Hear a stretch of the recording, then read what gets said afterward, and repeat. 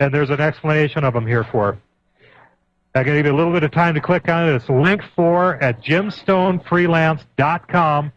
On the very front page in the center column, it's link number 4. Right. It'll open up a picture, and it says, the scale of measurement is denoted by these numbers. MYG 004, which was the true epicenter, looks like a smaller measurement than MYG 011, which was away from the epicenter, because, but in fact it was much more powerful. Because if you look on the scale of measurement here, the MYG 004 is graphing out at 2800, and MYG 013 is graphing out at 1500.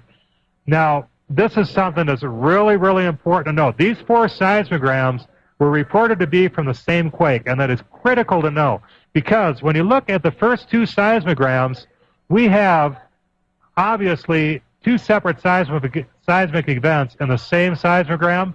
Yes. And yet you look at IBR 003, which was the one closest to Tokyo. There's no trace of the other earthquakes being of the quakes further north even being there. This means that these quakes that were further north were too small to register at IBR 003. So IBR 003 is a separately triggered seismic event. Yeah, and this that's is very interesting. So why? It's so that Tokyo could feel the shaking too, and say that they felt the earthquake. Because you've got to, if it's a 9.0, feel it in Tokyo at least. Right. Now, if you look at MYG 011, and you look at the numbers, it graphs out at about 700, for the maximum negative peak. And this one is this is the seismic station that was closest to the media-reported epicenter for the 9.0. Well, then why is it the smallest reading? That's a big question. If it's the smallest reading from the seismographs in Japan, and it was way out on a peninsula, 24 miles away from this 9.0, why is it getting a reading of 5.6 or 5.67? I have to go to that. I got to go back to the Fukushima page here, because when you go back to the Fukushima page and you look, all these seismograms are well explained. Yeah, I see that. Okay, at this point, Jim, what I'd like to do is shift gears. I want to ask you before the end of the show about this recent James Bamford article about the facility in Utah. Are you familiar with that? I haven't been keeping up with the news lately. What is it? Is it about? It's an NSA. I mean, it's an NSA facility. Yeah. Because believe it or not, I lived within 15 miles of where that's going in for 10 years. It's right by a reserve base. One thing that that needs to be really well known about that particular NSA facility is that it's on a key internet backbone. Now, my website, I don't know if you guys realize it, but for however many people are on this program, my website's running flawlessly. My website's on an extremely powerful server with an extremely good web provider, and it happens to be on a major internet backbone for Internet 2. This is the reason why. There's 2 reasons why that facility is going in Utah. Number one, it's on a major internet backbone for Internet 2, which is vastly superior to Internet 1. And it's got the Mormon population out there is extremely technically savvy, and the CIA and the NSA just absolutely love Mormons.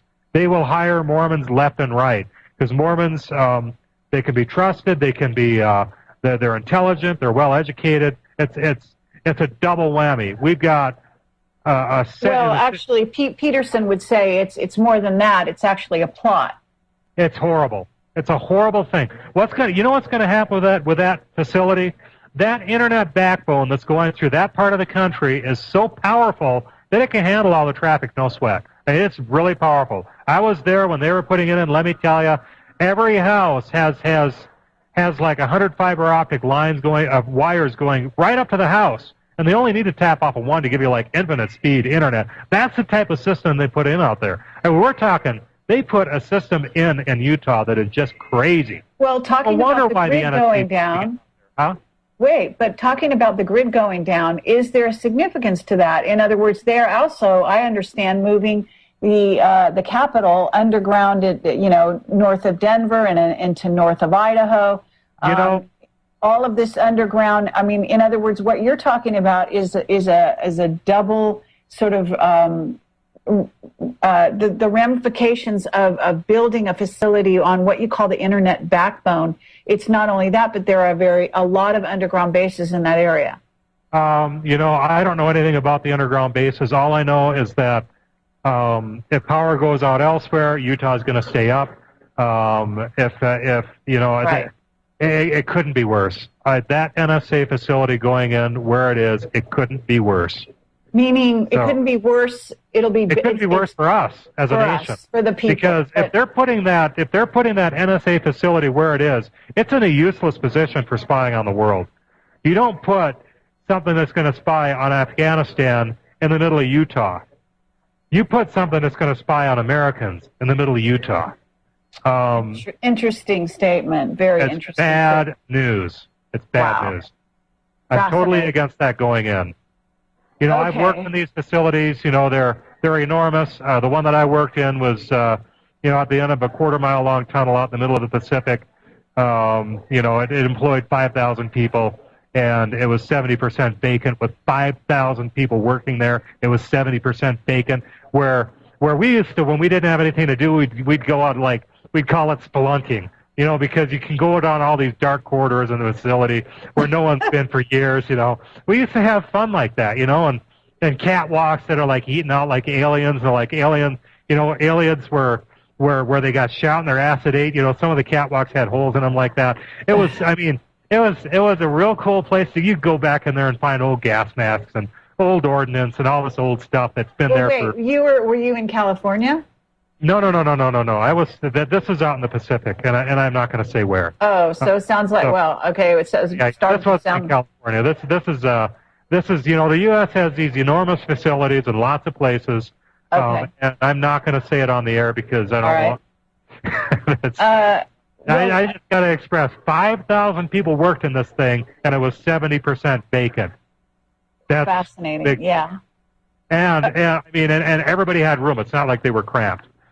Okay, well, let me ask you this. We've got a lot of people that want to ask questions, and I do want to try to get to some of those questions. I guess I don't have my trusty helper here, so I'm going to try to, scan the questions on my own. Sorry, people, try to get to your questions. Feel free to use the call-in line on American Freedom Radio. We've got, I'm trying to rush here, we've got about 30 minutes or less for the show. And what I want to say here, though, is that as a former member of the NSA, would you say that there are white hats within the NSA? The NSA is full of highly moralistic people that are very, very good. They work under a system of compartmentalized clearance so that when they're doing something evil, they don't know it because they don't know what their work is being used for. They don't know where the orders came from. But they are very, very good, honest, intelligent people.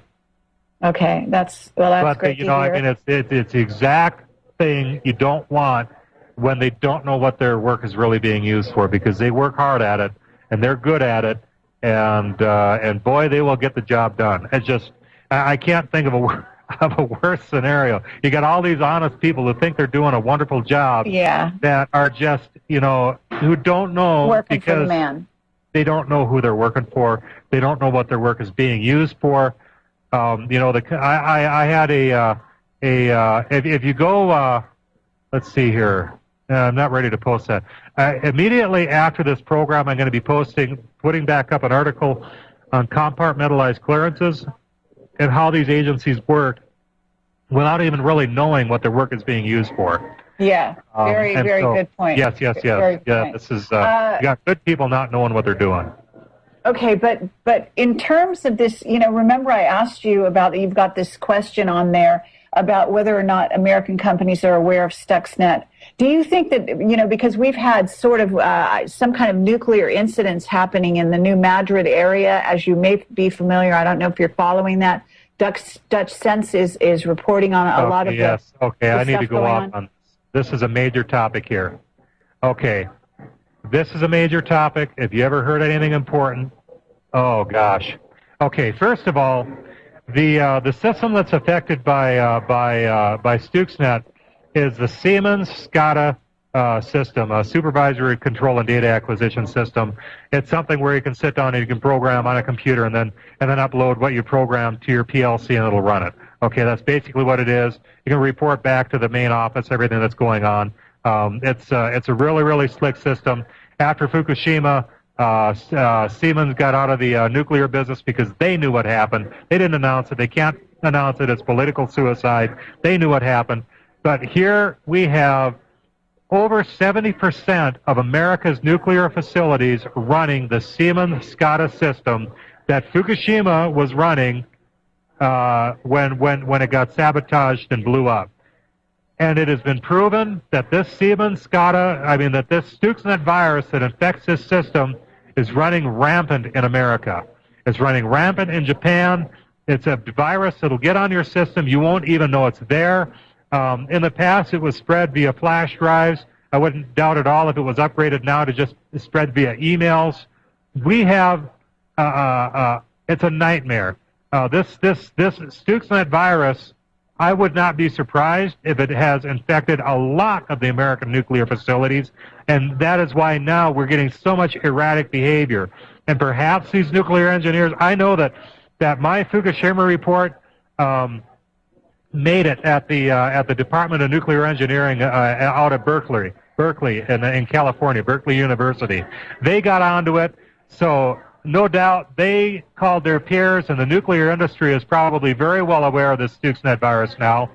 And so possibly, if you know... So you're saying San Onofre, because there was some erratic stuff going on at San Onofre recently in California, down by San Diego, and also, again, back in near the Great Lakes area of the New Madrid Fault area. They've had some weird nuclear stuff going on there.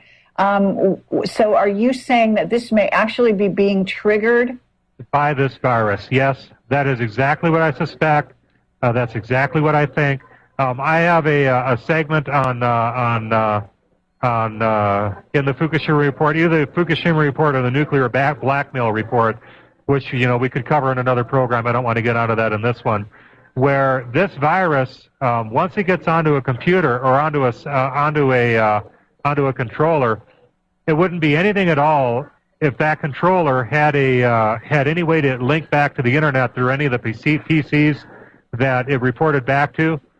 There isn't any reason to believe that it would not be able to report back to Israel when it affected a new facility. So if this thing is running rampant in the U.S., we could possibly have a situation where an oil refinery gets affected. Boom, that shows up in Dimona as a military option. So that all our nuclear facilities, who knows? Could be at the thumb of an Israeli right now. You cannot prove it. You can't prove it, but it sure. Okay, we're going to be right back after this break.